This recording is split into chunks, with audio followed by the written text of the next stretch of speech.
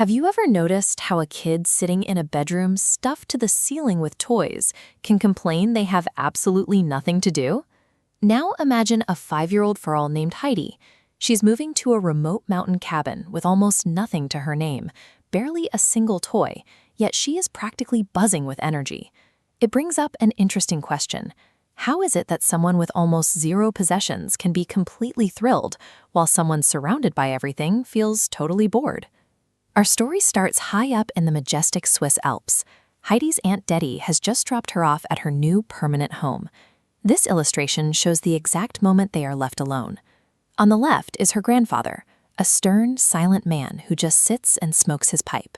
On the right is Heidi, a bright little girl who refuses to sit still. Instead of feeling awkward or scared, she immediately starts exploring her new surroundings.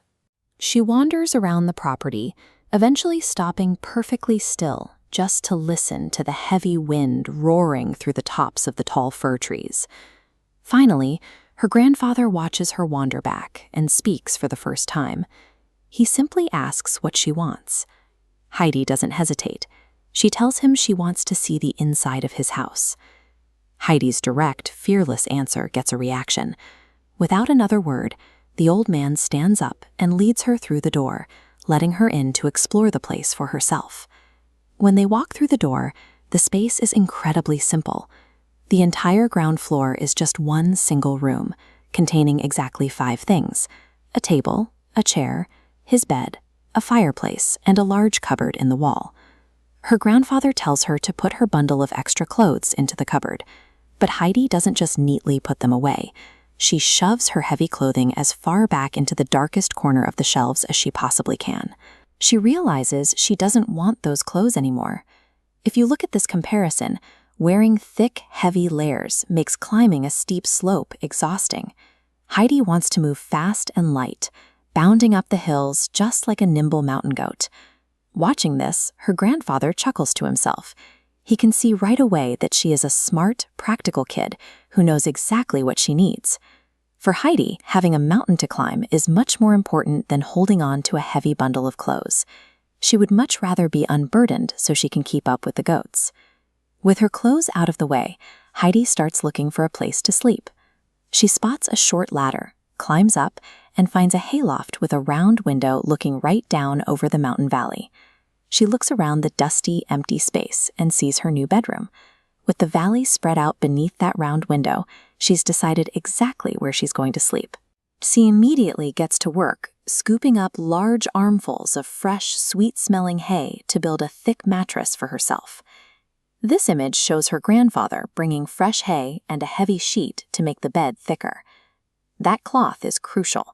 Without it, the sharp hay stalks would poke through and prick her skin.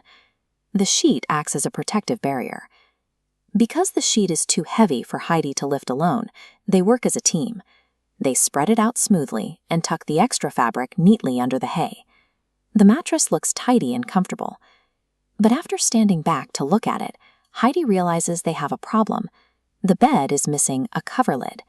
They've built a great foundation, but without a top layer to pull over herself, the cold mountain air would make it impossible to actually sleep there. When Heidi points out that they've forgotten this piece, her grandfather is a little confused and asks her what she means. This text from the book shows exactly how she explains it. She tells him that when you go to bed, you have to creep in between the sheets and the cover lid.